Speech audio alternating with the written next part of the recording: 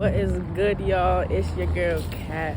So I've been thinking about my last 360 Jeezy video, and honestly I feel like things have changed. People learn from their mistakes and things get better, right, over time. So we're gonna go ahead and watch another one. Let's watch another haircut by the guy and see how he do.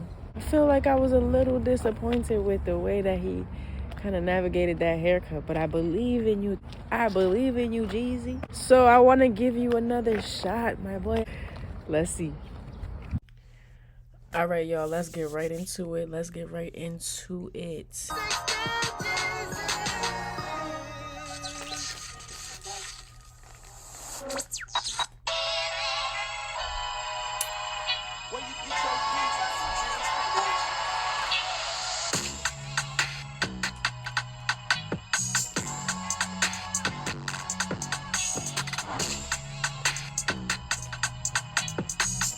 Alright, YouTube, so what I'm gonna do is I'm gonna pin the hair on top, brush and comb everything down in the direction that the hair lays, because that's gonna give you a better clean cut, alright, when you go with the direction instead of fighting against the grain of the hair on how it wants to lay.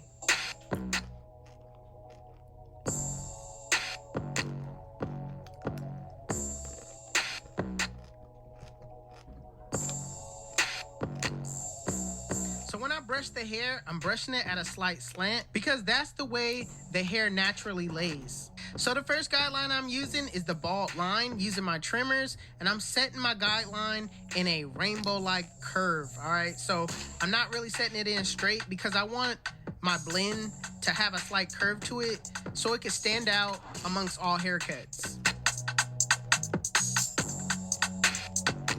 Next, I'm gonna use my Metal Stylecraft Instincts with the lever fully open, and I'm going up about a ½ inch. But notice, the closer I go to that vertical bar, I'm not really taking it up that high, all right? I'm leaving that area dark for a reason, because he only has a little bit of vertical bar to work with, so I want that area as dark as possible. He kind of went kind of high with that original guideline. If you want to keep as much of that as dark as possible, you're gonna have to start a little lower because it's already such a small area. But I understand that this is a high taper, so you do gotta start kind of high, but being that this area right here is so small, I would have started maybe a little bit lower than that to give it a little bit more space. Putting it on the one guard with the lever open, I'm going up about a ½ inch, and now I'm not really gonna trip on leaving that vertical bar dark because that one guard with the lever open is dark enough to basically put a line on it to where, it doesn't look weird. So I'm gonna keep everything width-wise the same with this one guard with the lever open.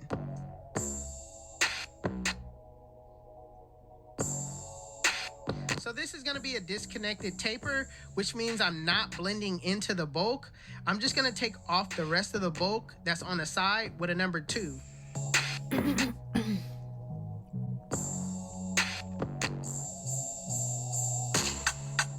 So when I blend back down, I like to use every guard that I use, but just downward. So right now I'll put back on the one guard, and I'm cleaning up that area between the 1 and the 2, using only my corners. I think you could also hit that with a 1.5 as well, because that's the in-between between the 1 open and the 2 closed. You have the 1.5 guard that you can use right up in there as well. Now it's time to take out that middle line. And the way that you do this is you put on the 0 guard with the lever fully closed, and in a flick out motion, flick out that middle line. Start below the line, flick to the line, and use your corners the entire time.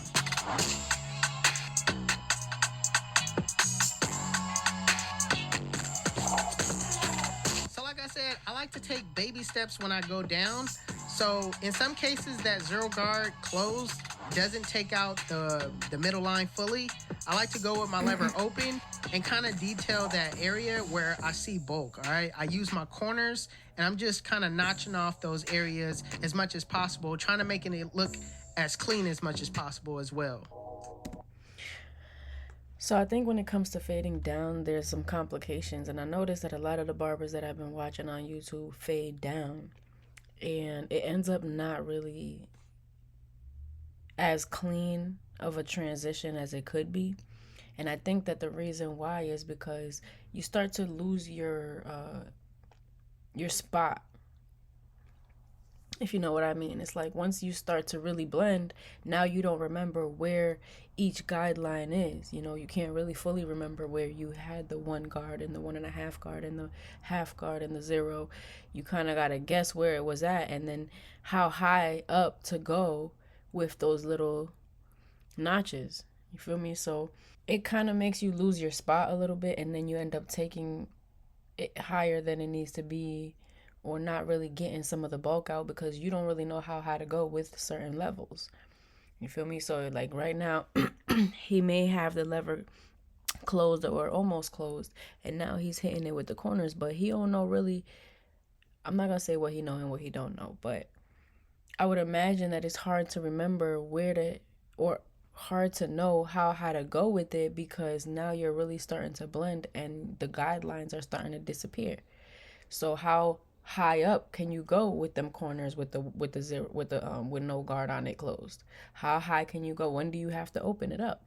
When do you have to hit it back with the 1.5 guard? You kind of have to remember by memory where it was at in the fade. So it ends up not being such a smooth transition. I would encourage 360 and everybody else to attempt a fade up and then fade down to detail it a little bit, but not really use the fade down method as the main method to fade. When I say fade up, I just mean like right when he made that back here, when he made this initial guideline, right?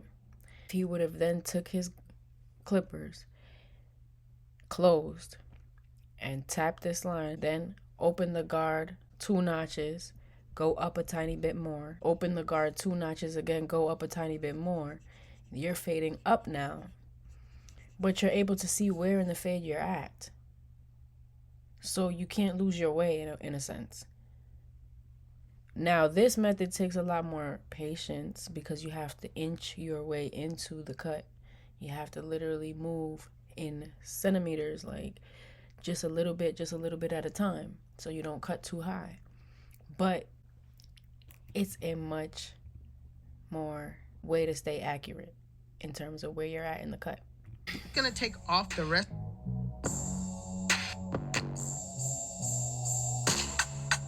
So when I blend back down, I like to use every guard that I use, but just downward. So right now I'll put back on the 1 guard, and I'm cleaning up that area between the 1 and the 2, using only my corners.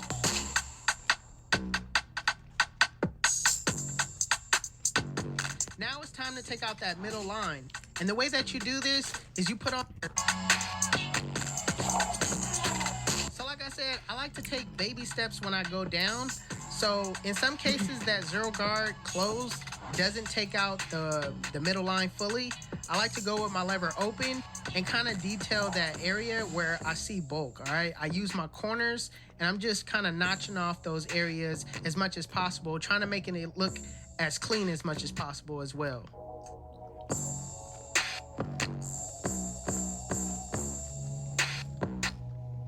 And the last step as far as blending out these guidelines is the lever fully closed in a flick out motion. Flick out that bottom line, flick below the line, flick to the line. And if you need to go up in any way, make sure you adjust your lever as you go up. So like I said, he's telling you to flick out that bottom line, but I'm pretty sure for people who, especially who are beginners, you're probably thinking like, what bottom line? Where the bottom line at? You can barely see it. He's really working off memory in terms of where he remembers putting the bottom line at. And he knows he got to go back over that with the guard closed. Whether or not he can see the line, because he knows that that's still an area that needs to be cut. So based off his memory of where that area is at, he can go in, and then you really start to see once he starts cutting as it starts to blend a little bit better. But there is no actual line for you to follow. Whereas if you were just fading up, there is constantly a line to follow until you're done blending. So, yeah.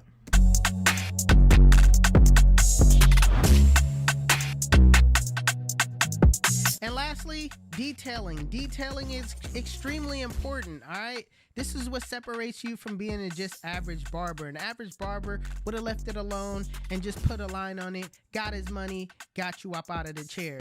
But no. To separate yourself from the rest, what you want to do is go ahead and detail. What I like to do is I like to refer to the mirror. The mirror shows me a different perspective on the blend than just looking at it head on, all right?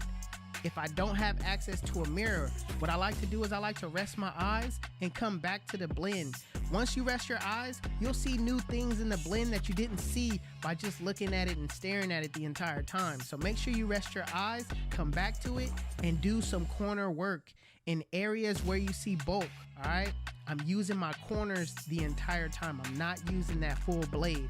So use your corners as thinning shears and try to perfect this blend as much as possible.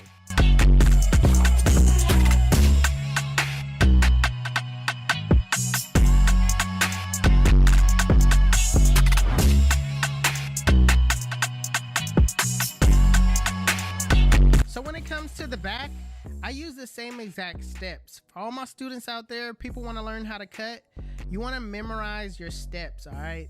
That's extremely important. By knowing your steps, it allows you to cut faster without thinking about what you need to do next, all right? You'll have that information in mind, So and look, you'll just cut this seamlessly. is what I mean by fading up. Boom. He created his first guideline.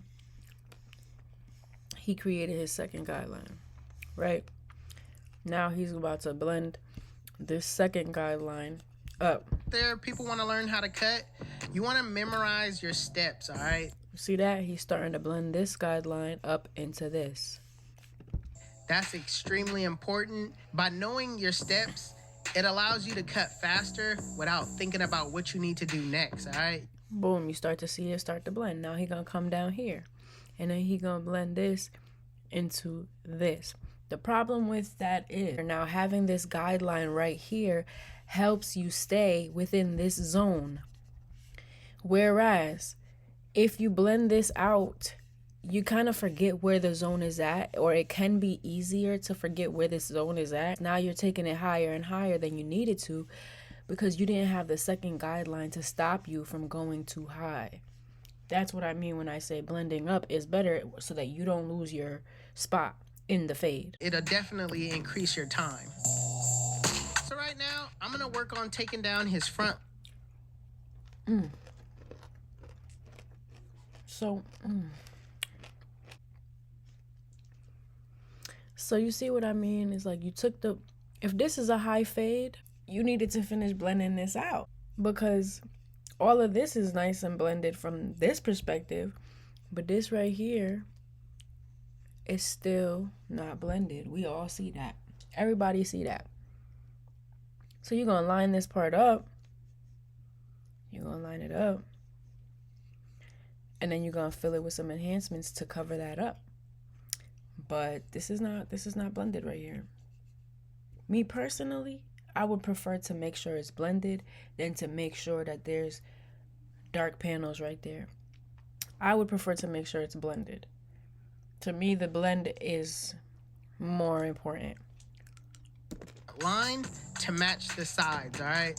The length that his vertical bars is at, I want to match that as much as possible. So I'm just going to go with the grain with my one guard with the lever fully closed, and I'm going to take off all the bulk in the front.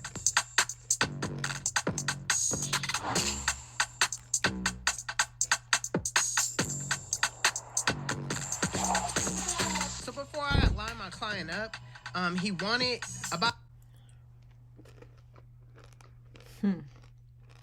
This all right here still need to be detailed because it's not really blending into the back of the ear. about an inch off of the top all the way around. So I'm just gonna saturate my client's hair with water and just take off an inch all the way around using shear work.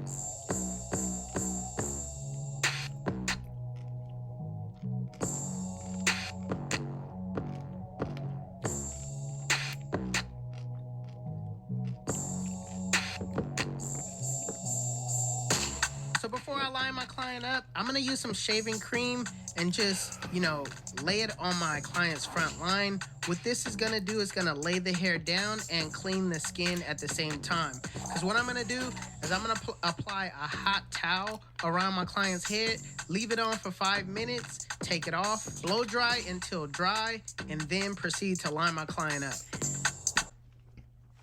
I'm not saying that this method do not work. I'm just still wondering, like, what is the point? I get it, like people say, oh, it dries it out so that when you line it up, it creates that nice crisp line, but it's not necessary. It's just messy. I do not want to be sitting in a barber chair. I do not want to be sitting in a barber chair, getting a haircut, and then be smeared with all this wet stuff and all that. Like, I personally, no, thank you. I just don't understand this whole technique, all the shaving cream and the hot towel. I really don't even think it's necessary. I personally, I would not want to be sitting at a barber shop getting shaving cream put all on my forehead. I don't understand what the point is. But hey, everybody got their own methods and techniques, and if you like it, I love it.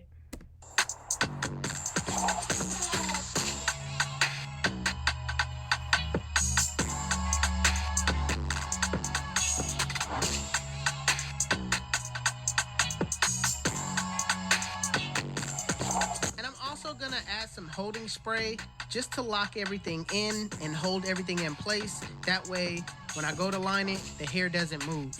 Put all of this shaving cream on this person's forehead with a hot towel to clean it, only to spray it with holding spray when you could have just sprayed it with the holding spray and left it at that. It's just me. Is it just me? Because you're cleaning it just to put more product on it, and the product that you're putting on it is probably not even good for the person's scalp because it's probably alcohol, which is drying it out. And when you put shaving cream on somebody's forehead and then you put a hot towel on it and then use the hot towel to wipe off the shaving cream, you're not even getting all the shaving cream off of that person's scalp. Spraying it with holding spray on top of that, and then enhancements on top of that, and then we're wondering why our hairlines is missing some spots.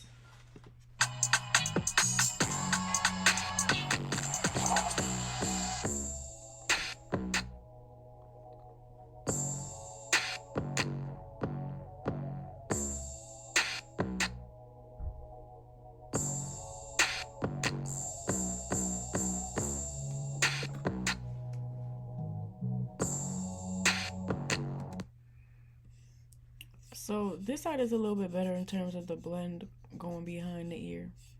A little bit better. This blend is nice.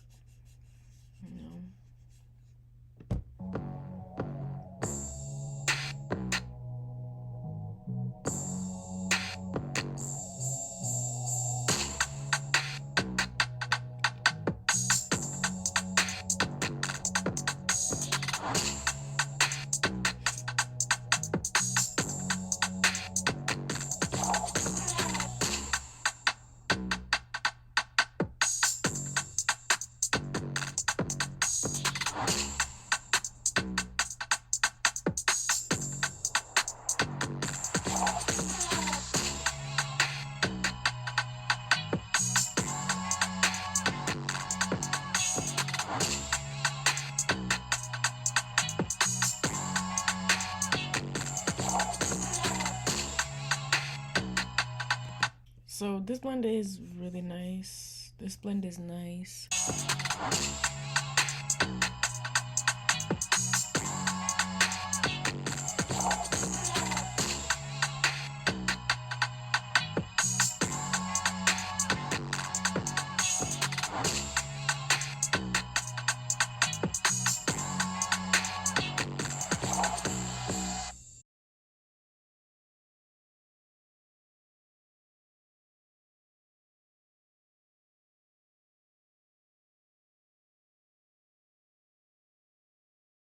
There is areas that could definitely use some work. That blend behind the ear, I find that sometimes, you know, he struggled with that a little bit.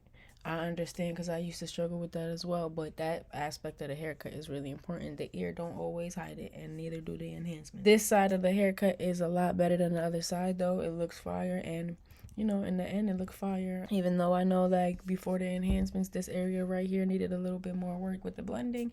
Once you add the enhancements, it easily hides it, and now this looks like a phenomenal cut. You know, but it's still a nice blend. Just right here, need a little bit more work.